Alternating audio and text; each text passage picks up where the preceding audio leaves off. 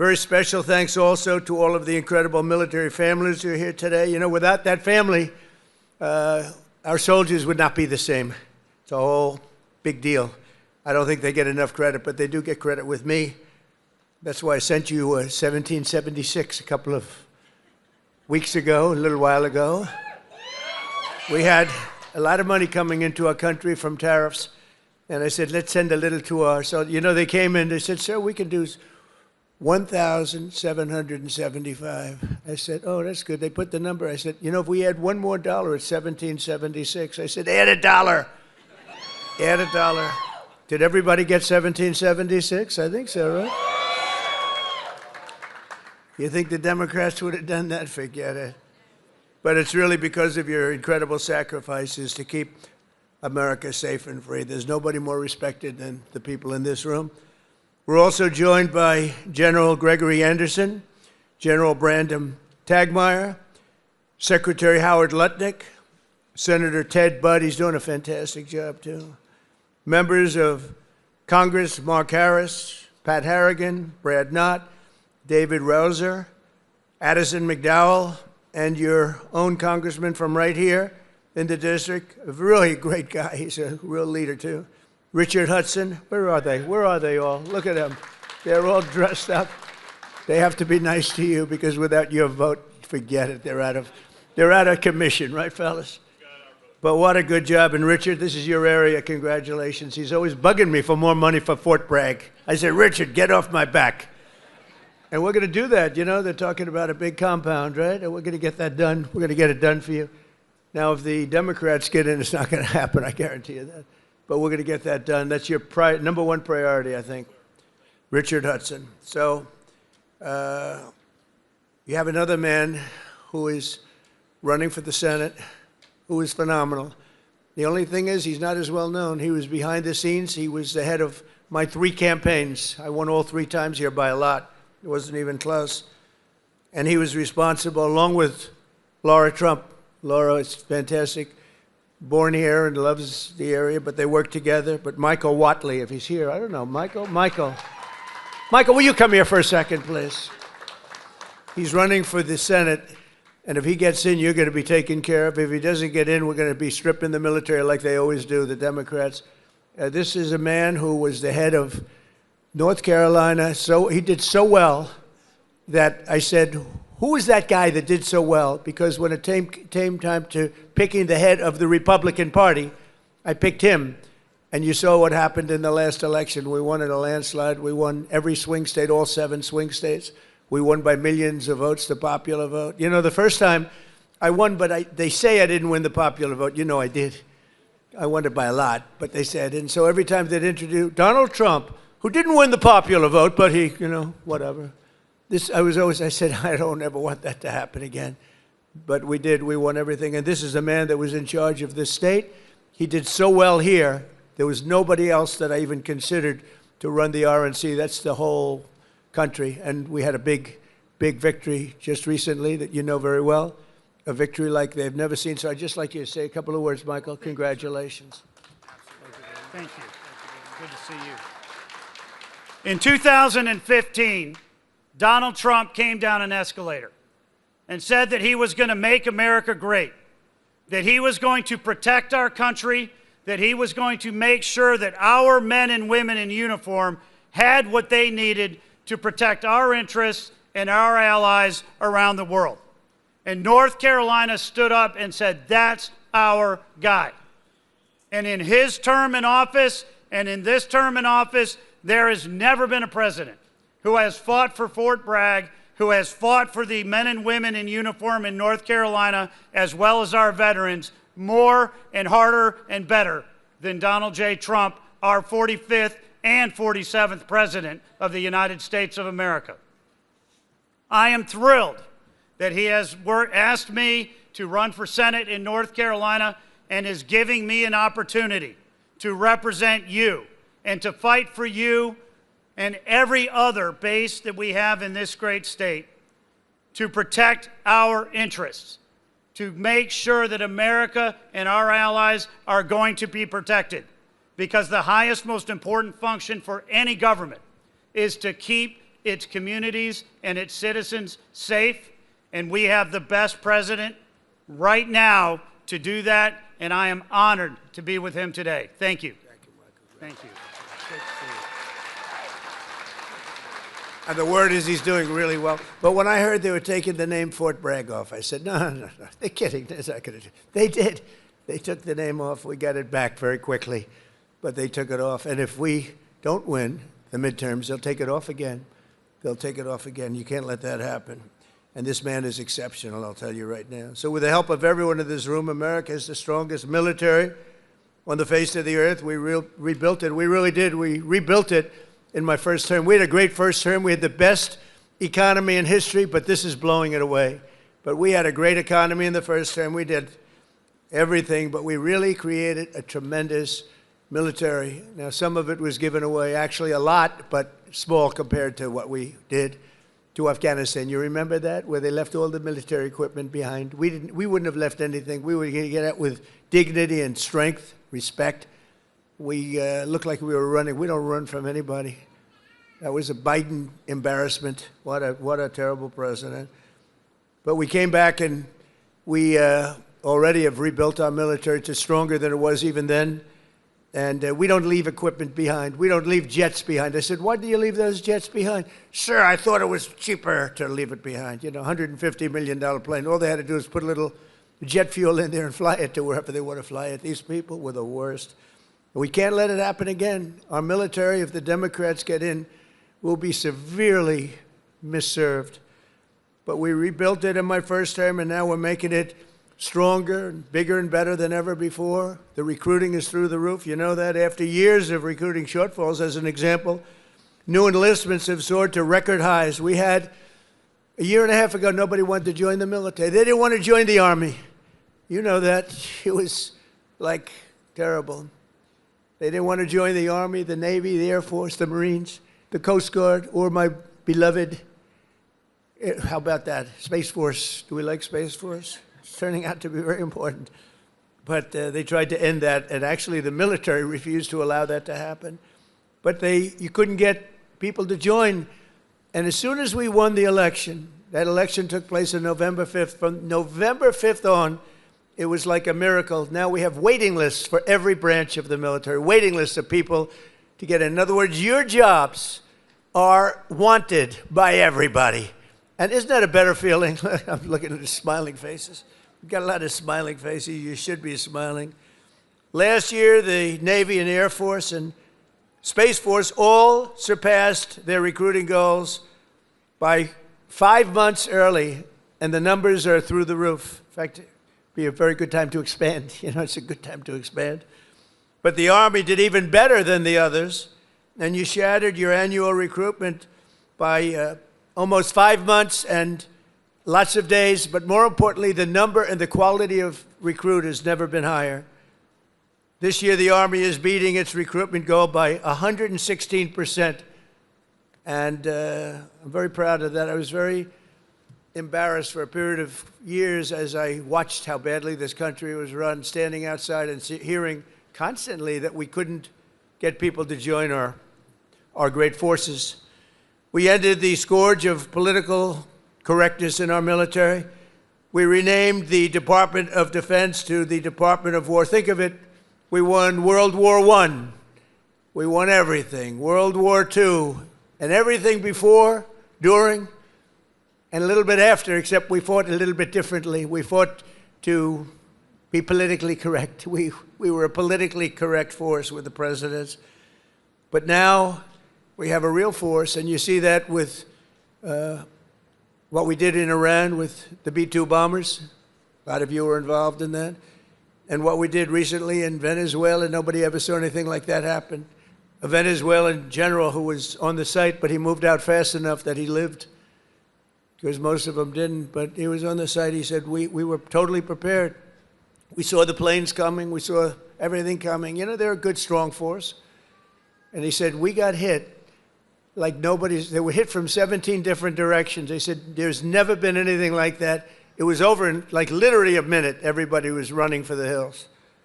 And that's what we have. We have the strongest military in the world by far. We have the best equipment. We have the greatest people, soldiers. We brought back merit as the sole consideration for advancement and promotion in our military. We won the Supreme Court case, shockingly in that case. It took courage to come up with that decision. It's based on merit. Now you want to get into a college, it's based on merit. It's not based on anything else. You want to get into the military, you got to have a little muscle. You got to be strong, like these people here. It's like, you're like central casting. I'm looking at all these beautiful-looking people.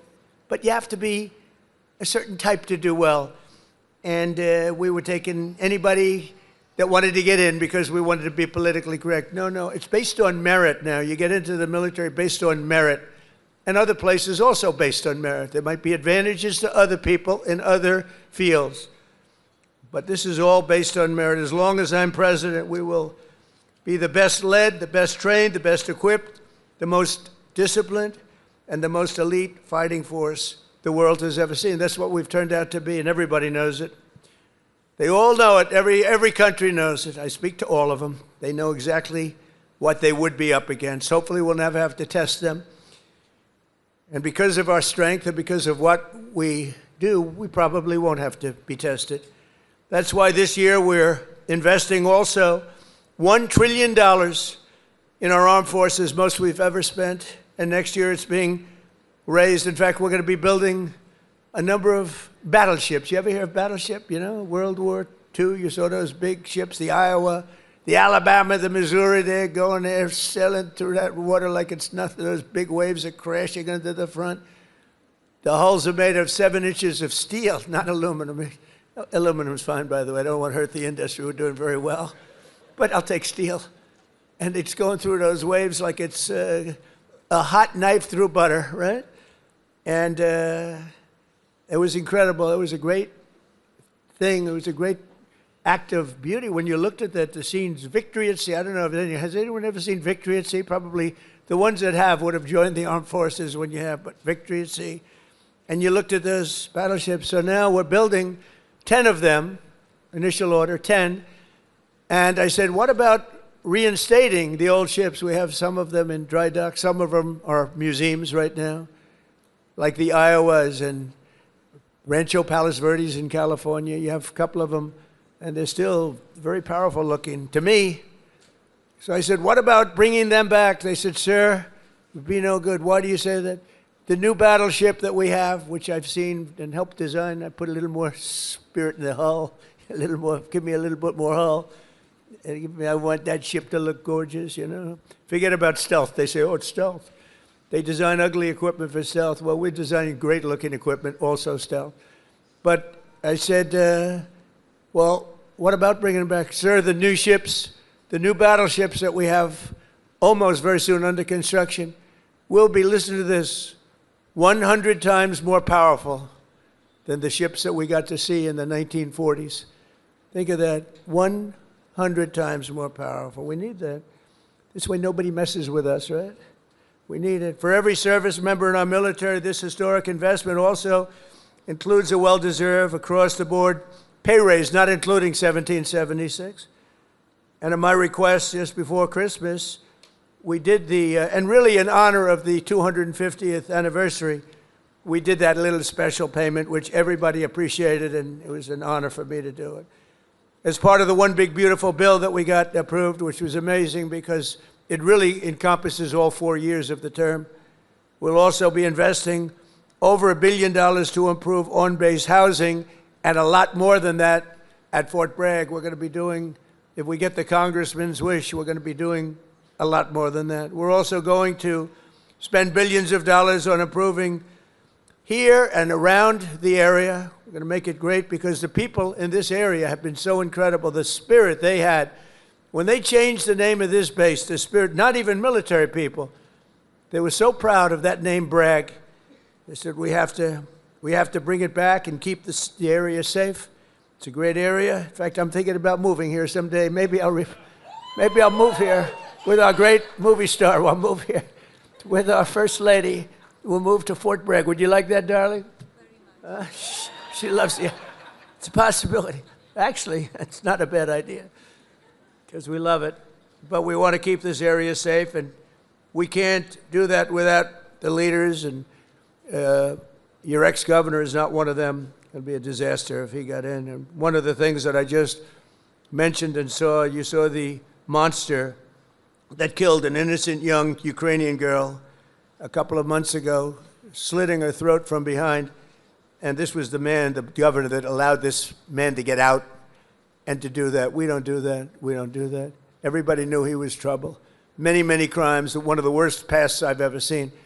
And she sat down, she had her throat slit. And that's not going to happen with Michael Watley, that I can tell you. So I just want to tell you it's very important, because our military has to be protected. Our people have to be protected. And they will decimate our military. Every time you come in as a Republican, and a lot of Republicans, they come in, they don't do anything about it. I do beyond what anyone's ever done, not even close. To give you all of the equipment you need, we're also purchasing 30 new and modified Abrams tanks. Still the best tank, right? Still? It was named in honor of Stacey Abrams. Only a few very political people would understand that.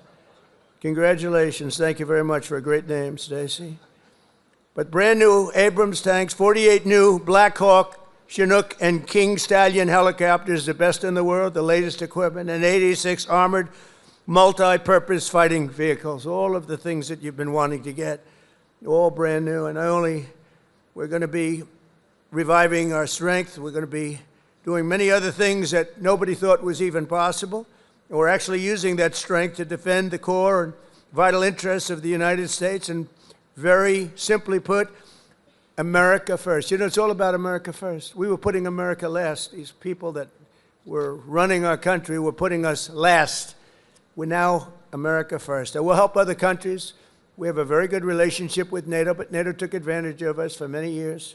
We were paying for almost 100% of NATO. Now they're paying their own bills. I got them to pay. We took them from not paying 2% GDP to paying in full 5% GDP. Big difference, like day and night.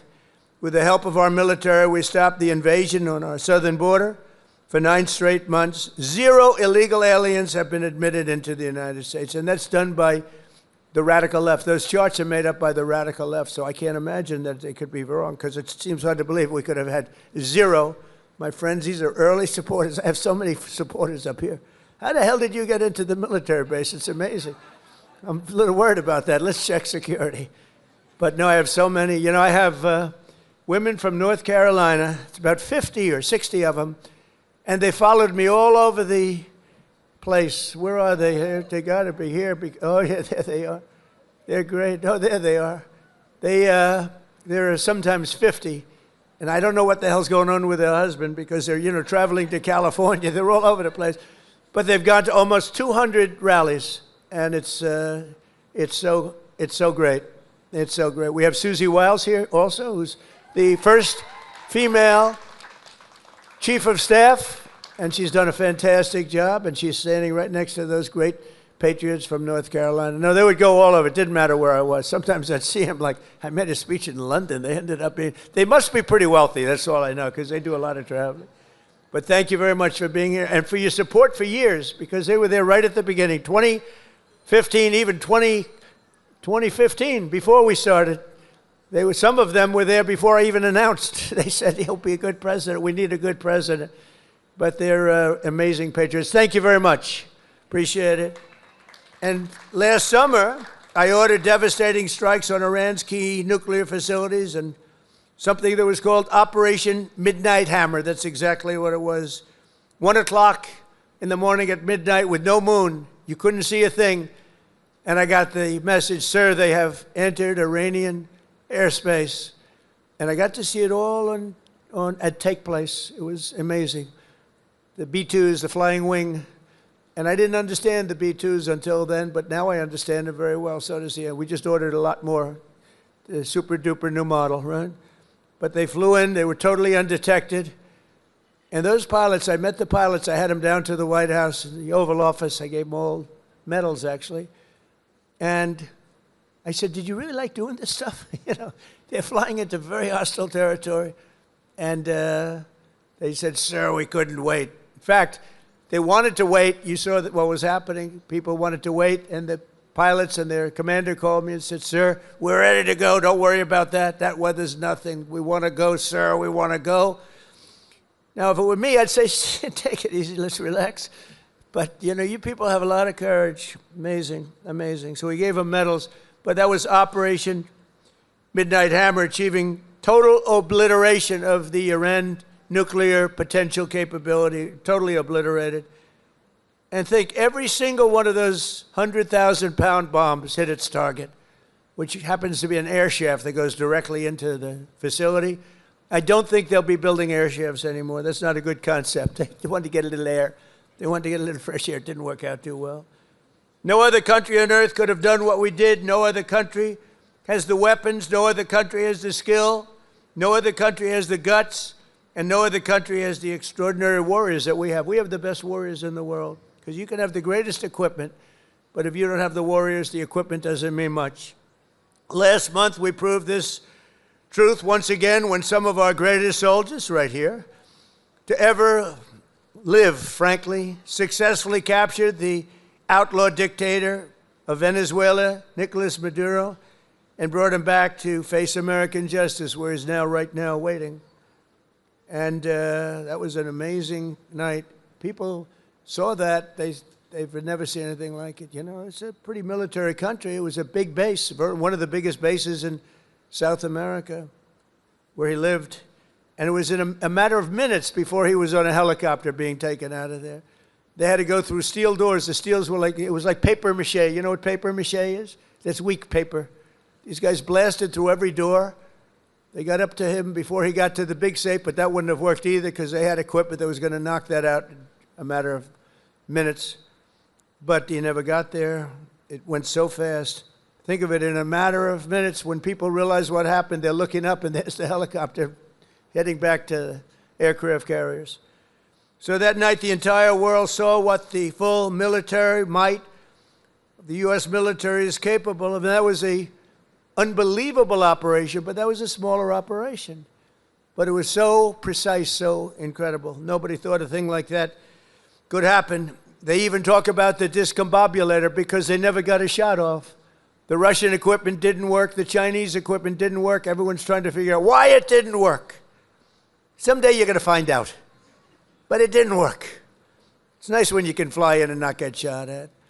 Although we did have 3 helicopter pilots who were wounded pretty badly in the legs, landing, and a couple of machine gunners seemed to have made it through a thicket of bombs, but they were taken out rapidly by our snipers who were stationed on platforms, actually unbelievable helicopter platforms all the way the line, and they were taken out immediately. And those pilots were incredible and really brave. I may see some of them very shortly. They were hit pretty bad in the legs. You know, they're landing a big chopper, and they're being shot at from close range by a machine gun, so that's not a comfortable feeling. They landed it perfectly, and they got out of there perfectly, and they're just brave guys and very talented, skilled people. With your help, America is winning again. America is respected again. And perhaps most importantly, we are feared by the enemies all over the globe. They fear us. And, you know, I don't like to say fear, but sometimes you have to have fear because that's the only thing that really will get the situation taken care of. We have a situation right now where we sent a very big carrier group to Iran. I'd love to see if we could make a deal. They've been difficult to make a deal. I thought we would have had a deal last time. They wish they did, and that's where we did Midnight Hammer. But with the restored strength and the tremendous power that we've now built up over the last number of years, even though there was an interlude with Biden, who is the worst president in the history of our country. But the interlude, fortunately, was ended quickly, and we started the process again and built upon what we had already done the first 4 years. But we're also bringing peace all over the world. I ended 8 wars in just 10 months. 8 wars are ended, and we have a couple of more to go, but one in particular, Russia-Ukraine. It's a mess. It's a horrible thing, and I think we'll get there. It takes 2 to tango. You have to remember that, and we have to get there. Tremendous casualties, number of casualties. There's a war that if we were involved in that war, it would have been over very quickly and effectively, but we're not, fortunately. In fact, we're not spending any money. We are spending and sending weapons to NATO. And because of the increase from 2% to 5% of GDP that the NATO countries are paying, they pay us full for the weapons. And then they distribute the weapons to mostly, I guess, Ukraine, but that's up to them. They buy them.